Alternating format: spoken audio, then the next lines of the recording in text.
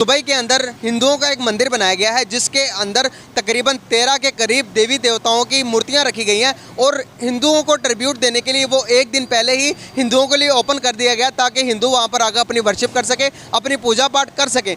हमारी इबादत कम होगी क्या? मंदिर बनने से हम मुसलमान नहीं रहेंगे क्या? मंदिर बनने से हमारी नमाज कबूल नहीं होगी क्या? मंदिर बनने से इस अल्लाह ताला हमसे नाराज़ हो जाएगा? इसमें क्या कुछ शॉर्टकट होगी? आप अपने तरफ से कुछ बताना चाहेंगे? हाँ है कि ये अच्छी बात नहीं है। आज उन्होंने बनाया, कल कोई और बनाएगा। ये शुरुआत अच्छी चीज़ नहीं है।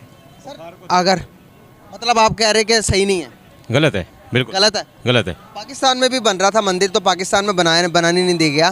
क्या समझते हो आपके, ये अच्छा किया या गलत किया?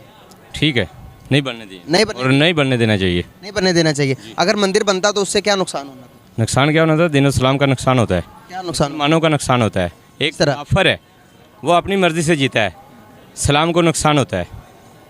काफर के बच्चों में और मुसलमान के बच्चों में बहुत फ़र्क होता है। कौन सा फ़र्क होता है? पूरी दुनिया इंडिया के प्राइम मिनिस्टर नरेंद्र मोदी को सुनना पसंद करती है, जिसे हम चाय बेचने वाला कहते हैं।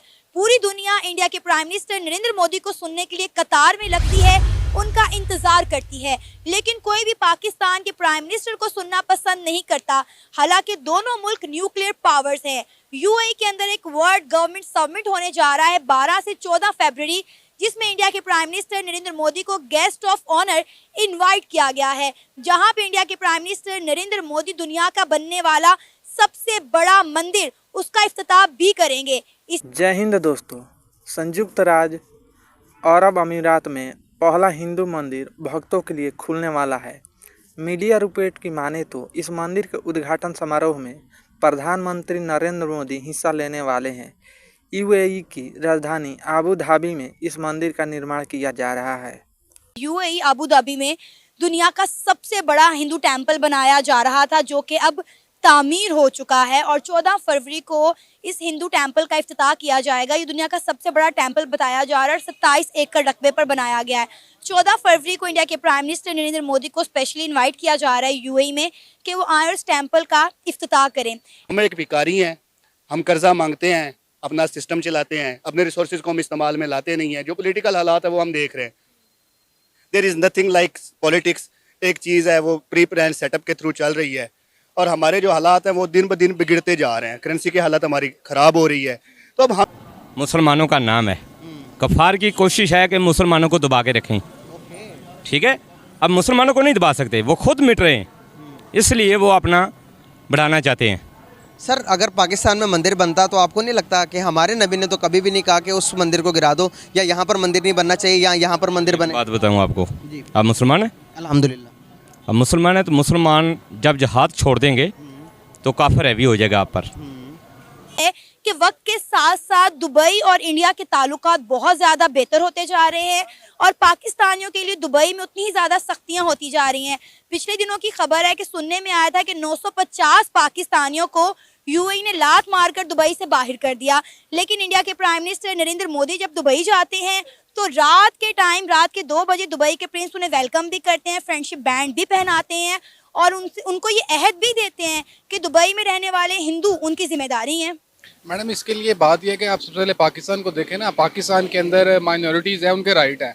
हम बीइंग इस्लामिक स्टेट हम हर एक के लिए इक्वालिटी रखते हैं कि वो as a Muslim state Muslims के तो जो राइट्स हैं हम साथ साथ माइनॉरिटीज़ को करते हैं।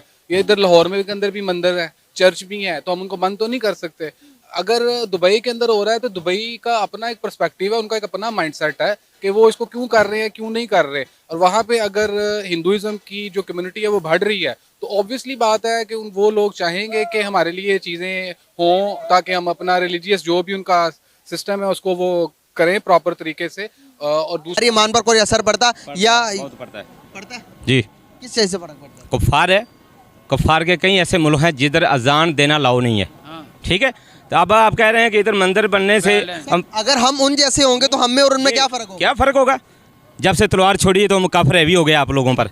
काफिरों को मारते रहो तो काफिर ठीक रहते हैं, अपनी औकात में रहते हैं। अब अभी ये सोए हुए शेरों को मत छेड़ो, सर, तलवार का दौर थोड़ा आगे आ जाए सर आप। सोए हुए शेरों को मत छेड़ो। सर शेर देखें, ये तलवार का दौर खत्म है, अभी तलवार का दौर खत्म है ना, अभी दिमाग का दौर है, साइंस का दौर है, वो नई टेक्नोलॉजी आ गई। आप सोच नहीं सकते, आप सोच नहीं सकते।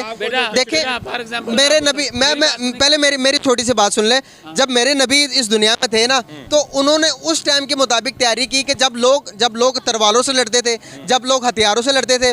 तो अब के टाइम की अगर मैं बात करूं तो अब सारी टेक्नोलॉजी का दौर है सर। हम टेक्नोलॉजी से, इसी मेंटालिटी से, हम टेक्नोलॉजी से दुनिया से हज़ारों साल पीछे हैं। कौन सी गाड़ी, मेरी बात सुने, 5G 6G 7G लॉन्च होगी, हमें नहीं पता होगा 5G 6G 7G क्या है। जनरेशन्स हैं जो कि इंडिया ने अचीव कर लिया है, इंडिया बन गया। अब आप सोच नहीं सकते कि वो 5G क्या चीज़ कर सकती है। कि आप गाड़ी के अंदर बैठे हो, वो गाड़ी आप लंदन में चला रहे हो तो वो चल के पाकिस्तान में चल रही होगी। इस किस्म से हम टेक्नोलॉजी में एडवांसमेंट है और दुनिया, हम इसी मेंटालिटी से कि सर जहाद फ़र्ज़ है मुसलमान पर। मैं मानता हूँ कि मैं भी जहाद करना, आपको भी जहाद करना है, लेकिन उस किस्म की तैयारी तो करनी चाहिए ना। अगर हम जहाद के लिए निकले और वो हम दुश्मन हमसे 1000 गुना पावरफुल हुए, तो हमारे पाकिस्तान में मंदिर बनने से क्या हमारे ईमान कमज़ोर होते हैं? क्या हमें हम पर फ़र्क पड़ता है? क्या मुसलमान का ईमान इतना कमज़ोर है कि एक मंदिर बनेगा तो हम पर वो हावी हो जाएंगे हिंदू सारे आकर? आप क्या कहेंगे इस बारे में? आप सबसे अच्छी बात तो ये है कि हम भी मुसलमान जो भी है, हिंदू है, ईसाई है, कोई सिख है, उससे प्यार करें। ठीक है, प्यार से उससे प्यार करेंगे और अच्छा अखलाक करेंगे तो वो आपके साथ आ जाएगा। लेकिन उससे नफरत करेंगे तो वो दूर दूर हो जाएगा। वो मंदिर एक दिन पहले ही ओपन कर दिया गया हिंदुओं के लिए और वहाँ पर 14 देवती देवता हैं जिनकी हिंदू जिधर चाहे जिसकी मर्ज़ी पूजा पाठ कर सकते हैं। क्या समझते हो आप कि ये सही किया, दुबई के जो हुक्मरान हैं उन्होंने सही किया या गलत किया? नहीं, ये तो हमारे मुताबिक, जो इस्लाम के मुताबिक जो है, ये गलत किया उन्होंने। क्योंकि इस्लाम में ये कि हर अक़लियत को हुकूक हासिल है, लेकिन ये नहीं कि भाई तुम मंदिर बनाओ खुद, जहाँ पर मंदिर ना हो और वहाँ पर जाके बनाओ, ये इस्लाम में नहीं है। आबू धाबी के ठीक बाहर स्थित मंदिर न केवल देशों में अपनी तरह का पहला मंदिर है, बल्कि पश्चिम एशिया में सबसे बड़ा भी है। इसे BAPS हिंदू मंदिर के तौर पर जाना जा रहा है। मंदिर के निर्माण में 700 करोड़ रुपए खर्च किए जा रहे हैं। अगर इसकी लोकेशन की बात करें तो ये आबू धाबी शहर से 50 किलोमीटर बाहर मौजूद है। यहाँ पर मंदिर का निर्माण कार्य जोरों शोरों से चल रहा है और अब ये अपने अंतिम चरण में पहुँच चुका है। बड़ी संख्या में कलाकार, मजदूर और इंजीनियर मिलकर इस भव्य इमारत को तैयार कर रहे हैं। फरवरी 2024 में भक्तों के लिए खुल रहा ये मंदिर इतना मजबूत है कि 1000 साल तक इसे कुछ नहीं होने वाला है। दरअसल 2015 में जब प्रधानमंत्री नरेंद्र मोदी UAE की अपनी यात्रा पर गए थे तो वहां के राष्ट्रपति ने दुबई आबू धाबी हाईवे पर 17 एकड़ ज़मीन तोहफे में दी थी। 2 साल बाद प्रधानमंत्री नरेंद्र मोदी के जरिए इस मंदिर की नींव रखी गई। इस मंदिर का निर्माण 2 देशों और उनकी सरकारों के बीच बढ़ रहे सद्भाव का एक सबूत है। नींव रखे जाने के बाद यही मंदिर का निर्माण तेज़ी से चल रहा है। इस मंदिर का उद्घाटन ऐसे समय पर होगा जब राम मंदिर भी भक्तों के लिए खुल जाएगा।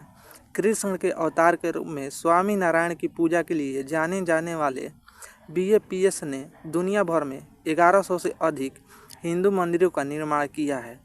इसमें नई दिल्ली में अक्षरधाम मंदिर और अमेरिका के न्यू जर्सी में ही हाल ही में उद्घाटन किया गया। एशिया के बाहर सबसे बड़ा मंदिर भी शामिल है। मंदिर का उद्घाटन फरवरी में होने वाला है, जिसमें प्रमुख हस्तियां शामिल होने वाली है। प्रधानमंत्री नरेंद्र मोदी के अलावा इसमें आबू धाबी के शेख और UAE के प्रमुख नेता शामिल हो सकते हैं। सबसे पहले 10 फरवरी से फेस्टिवल ऑफ हारमनी की शुरुआती होगी, जिसमें भारतीय समुदाय के लोग हिस्सा लेंगे। इसके बाद 15 फरवरी 2024 को 2 घंटे लंबे चलने वाले समारोह में मंदिर का उद्घाटन किया जाएगा।